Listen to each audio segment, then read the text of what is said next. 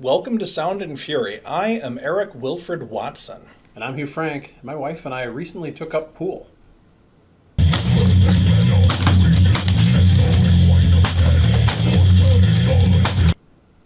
think you're doing it wrong. Yeah, probably.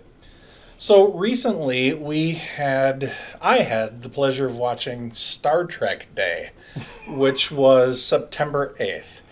Star Trek originally came out 55 years ago on September 8th. Wow. Hence the Star Trek Day holiday. That makes sense. And Not they as cool as May the 4th, but whatever. Yeah.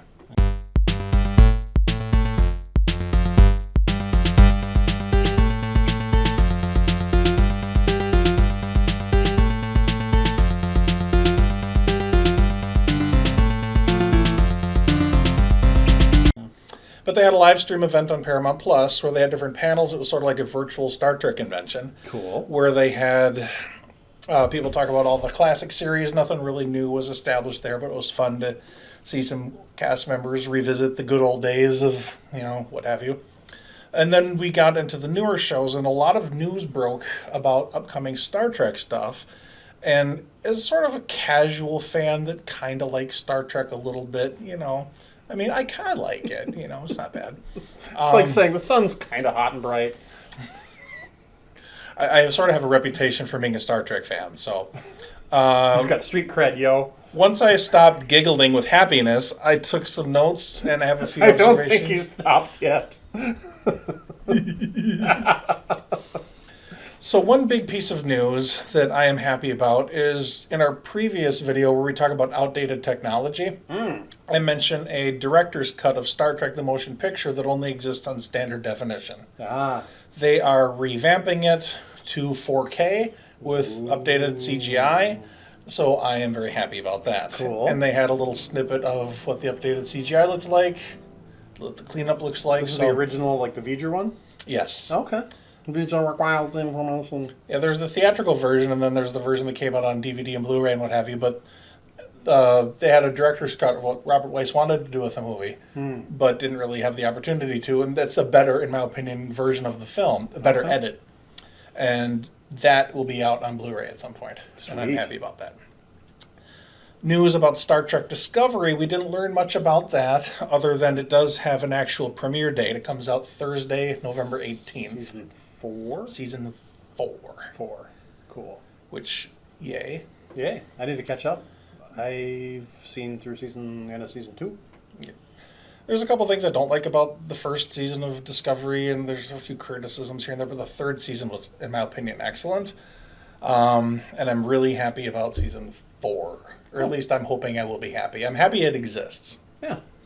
I like it. I like the concept of it in general.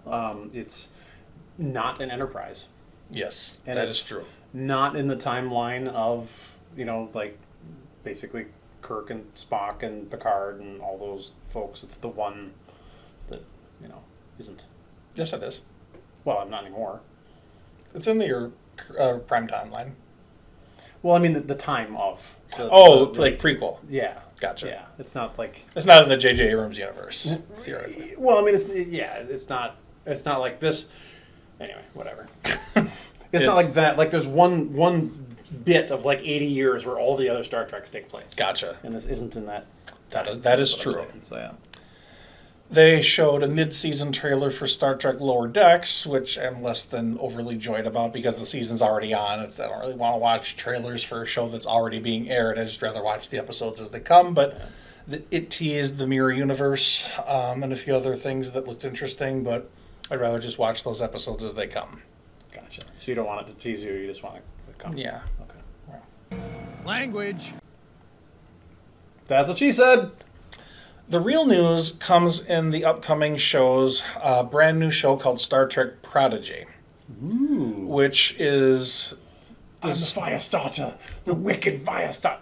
No, wrong Prodigy. They released the first trailer for that ever. We've seen still shots of what the characters look like. We've seen opening sequence, what the opening credits are going to look like. But this is the first trailer we've seen where you get the actual feel of the show. Ooh. There goes our exit. We're so dead! Fire the pew pew pew button. I don't see a pew pew pew button. Just hit them all until it goes pew pew. Woo! We've got main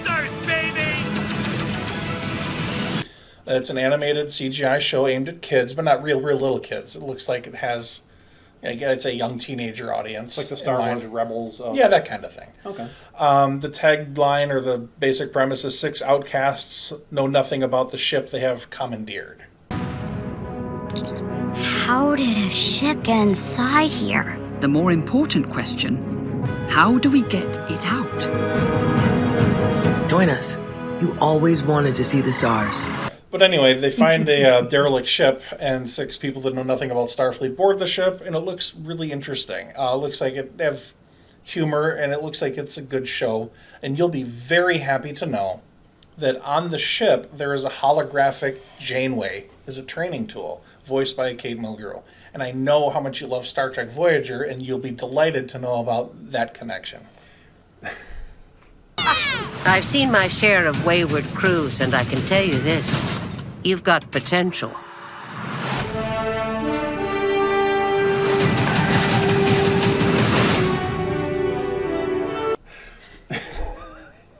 Yay.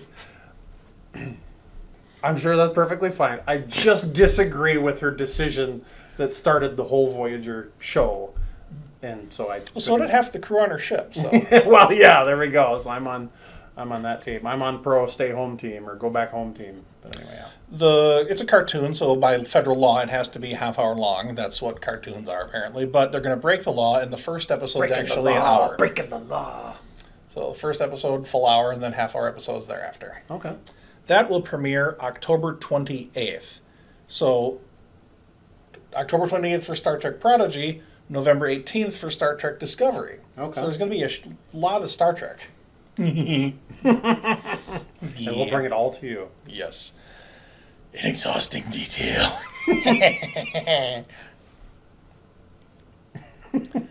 Then we get to Star Trek Picard, which they debuted a new trailer for, which you just watched about 5 seconds before this video started. Do you have any first impressions on the trailer? I can't really do a good impression of Jean-Luc Picard. Number 1, I order you to take a number 2. Well, I can shave your head if that would help. No, thank you. I can turn you into a robot. A robot that wants to be human? So my first impression was, okay, so they're going to go back in time and stop something that happened in the 21st century. And I hope it doesn't get political. He went back in time and turned our world into a totalitarian nightmare. Do you understand what this means? Time has been broken. I will get us home together. If they pull off what they're looking to pull off, I think it's going to accomplish what so many Star Trek movies and shows do, and that is they can go back in the past and change the future. That was the one biggest issue I had with the J.J. Abrams movie, is that they always go back to the past and change it so that the bad future doesn't happen. And the whole Except in the J.J. Abrams. Except in the J.J. Abrams, So I presume that this dystopian totalitarian future that Q created isn't going to, by the end of season 2, isn't going to exist, and they've actually succeeded. Well, there is a season 3 officially announced, so maybe it'll bleed over into that. Who knows? Yeah. What I did take away from the trailer is basically all of the predictions in my predictions video look like they're going to be extremely wrong. Yay, us. Which I don't mind. Yeah. I do... Everything I've read some fan annoyances where it's like, oh, they're traveling through time again. But to me, being annoyed by Star Trek traveling through time is like being annoyed that it's set in space. Yes, they're going to have time travel stuff in Star Trek. It just is going to happen. And it's a tradition that goes back to the original series. In the 60s, they had a show called Tomorrow is Yesterday, where they travel back to the present of when the show was filmed in the 60s. Voyager had an episode called Future's End, where they traveled to the late 90s because the show was in the late 90s.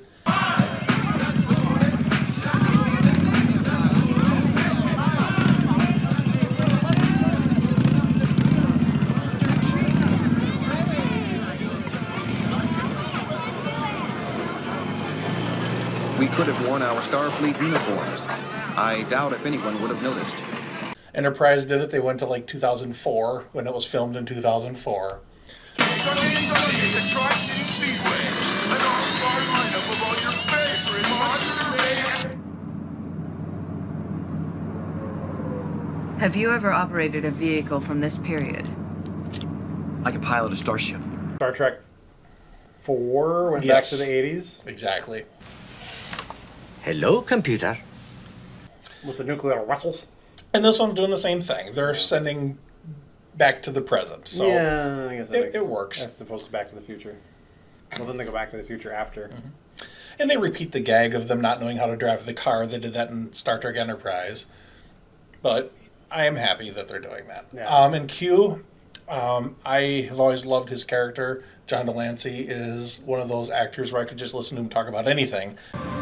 Do you recall what I said, Jean-Luc, when last we parted ways? The trial never ends. Q, I am way too old for your bullshit. And be mesmerized. Yes, and there is a version of him reading The Raven by Edgar Allan Poe out there Yes. somewhere, which is awesome. Leave my loneliness unbroken, quit the bust above my door. Take thy beak from out my heart, and take thy form from off the door. Quoth the raven, nevermore. And I do think it's kind of funny. We just had a video where we mentioned space Nazis with lasers, and this looks like it's going to have space Nazis with lasers. Yeah, I don't know. With a not too subtle Nazi look for the future dystopia where they have the red banners. The and- First Order! Yeah, I wonder Yes. where they got that idea. Yes. By Nazis. I hate these guys. let's see here. What else do I have to say about Star Trek Picard? Welcome to the Earth of the 21st century. You're saying we can undo this nightmare? Let's go to work. You can pilot a starship, but you can't drive. You two really need to work on your communication. See, there you go. Now you're in sync.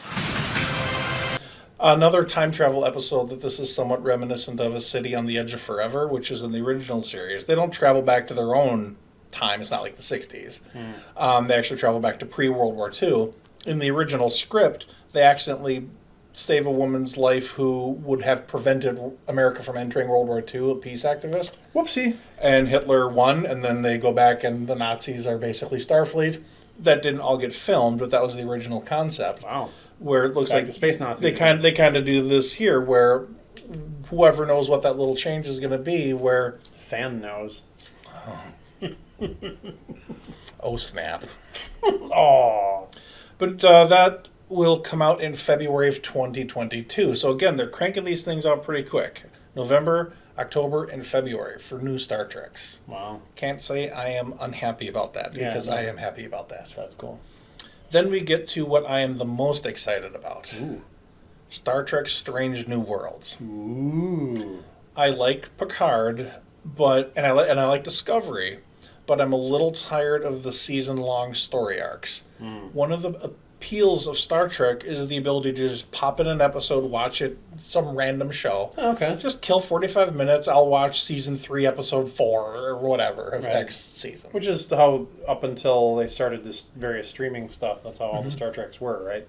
Like you'd have two-parters, and you had kind of an overall, the season kind of had a theme to it, but it wasn't. They got into serialized stories in Deep Space Nine, but it was still like chunks of 3 episodes here and there, and they all interconnected, but you could still just watch 1 or 2 Right. and leave it at that. Enterprise had a whole season, which I think killed it because they weren't ready for that yet.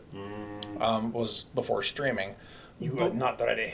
But Strange New Worlds is going to be pure episodic television, where you watch an episode and it's a self-contained story and that's it.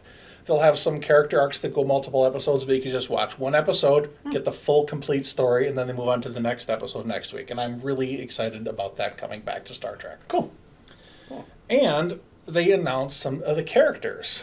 For those of you that don't know, Star Trek Strange New Worlds takes place on the Enterprise Oh. just before Kirk takes command. It has Captain Pike, So, which you saw in Discovery. so this is basically a branch from Discovery. So the Yes. Discovery crew went pew, into the future, and Pike goes off to do his stuff. Interesante. Yes. And a few pieces of news on that, which I am very pleased to bring you, our loyal, wonderful viewers that need to subscribe, hit the like button, buy my book 27 times and mail it to 27 friends with notes that they need to buy the book 27 times and mail it to 27 of their friends so that I can be happy. Did you get all that? Mm-hmm. So, of course, we already know that there's going to be Captain Pike, same actors in Star Trek Discovery. Right. Hi, I'm Anson Mount, and I play Captain Christopher Pike on Star Trek Strange New Worlds. Ethan Peck is still going to be Spock. I'm Ethan Peck, and I play Mr. Spock. Coming back to the bridge of the Enterprise is thrilling. Okay. Number 1 is still going to be in the show.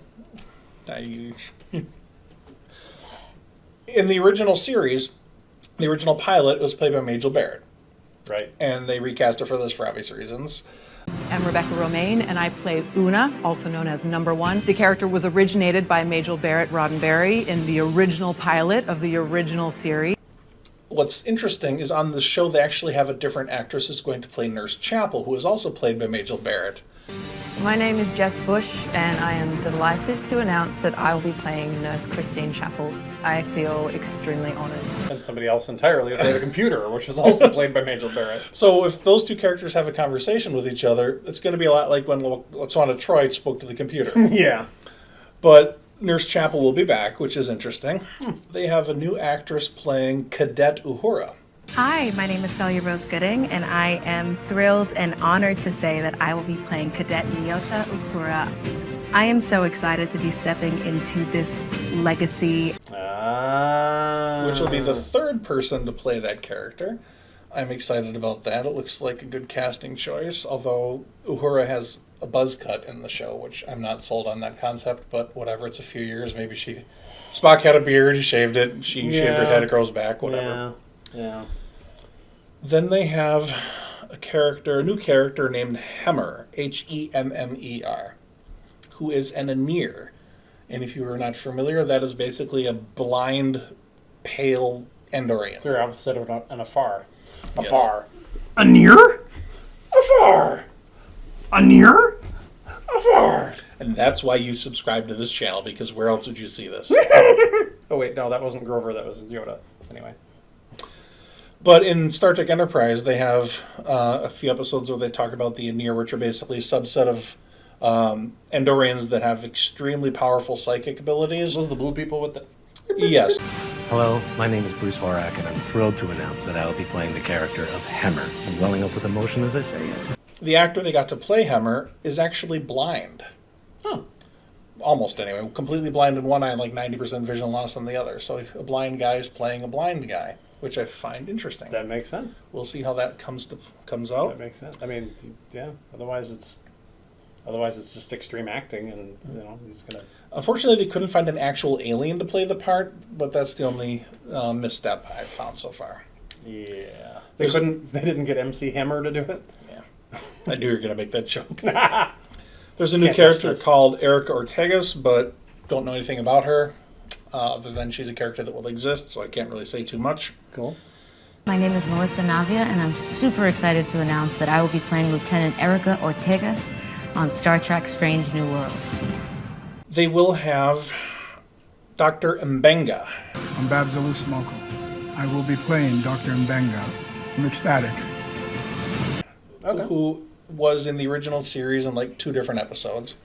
He is a doctor who practiced medicine apparently on Vulcan, was an expert on Vulcan medicine, saved Spock's life. Are you out of your Vulcan mind? Continue, the pain will help me to consciousness. What are you doing, woman? Leave me alone! Have you gone down? You don't need me. Have you... Go!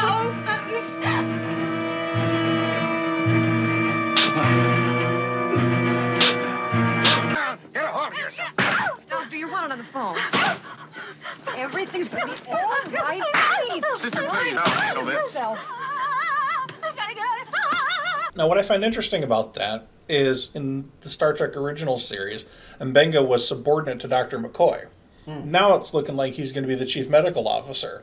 I'm wondering if he gets demoted or if he really... That's why I don't see much of him, is he's pissed off somebody got promoted over him. I don't Somebody really has a bones to pick with him. But they have him cast, and it looks like that could be interesting, so we shall see. Okay. And I saved the most interesting thing for last about Star Trek Strange New Worlds, And that is one of the characters that is named Laan Noonien Singh. Christina Chong, and I play Laan Noonien Singh. I am super excited to become a part of this amazing, diverse universe. Yeah. A member of Starfleet. Hang on. Noonien Singh. That is Data's dad? Khan Noonien Singh. Khan Noonien Singh. As in Ricardo Montalban. As in revenge is a dish that is best served cold. Khan. Yeah, but okay. But you're confusing Sung, which is Data. Sung. You say Sung, I say sing. You say potato, I say patata. Okay, all right. I'm getting confused. Okay, so basically, they don't explain it. They don't explain it, but it's the same last name. And Noonien Singh is a unique enough name where it can't be a coincidence. Yeah. So is it going to be Khan's great granddaughter? I mean, he could be like Genghis Khan, and like 1 billion people are descendants from him. That's yeah. Or it could be that, there's one person that isn't a pro on the ship, and that would make him a Khan.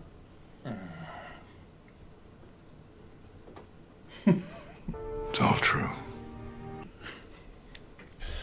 But I'm excited. It's a good time to be a Trekkie. There's actually 5 Star Trek shows at the same time. Cool. Which is something that's never happened before. Even in the 90s when Star Trek was at its peak, you only had 2 shows going on at once, slightly overlapping Star Trek Next Generation and Deep Space Nine. And then there's a slight overlap with Voyager and Enterprise. Or excuse me, Deep Space Nine and Voyager. And then Enterprise came on after Voyager. So nice to have them ramping it up. And there's other potential things in the works. There's rumors about a Starfleet Academy show. We'll see if that comes to pass. There's a Section 31 show that's been talked about, but it hasn't been officially announced, so we'll see. With Michelle Yeoh, right? Potentially. They talked about developing it, but there's been no official announcement. Gotcha. But it's a good time to be a Trekkie. Some of the new shows get what I think unfair hatred by some fans, but I'm not one of them. I'm like you with Marvel. If it's MCU, you just inject it right in your vein. Just put the Trek in there, man. If it's Star Trek, I'm just, Yeah, that works. So I am a happy Trekkie. Cool. Awesome. Well, may the Force be with you.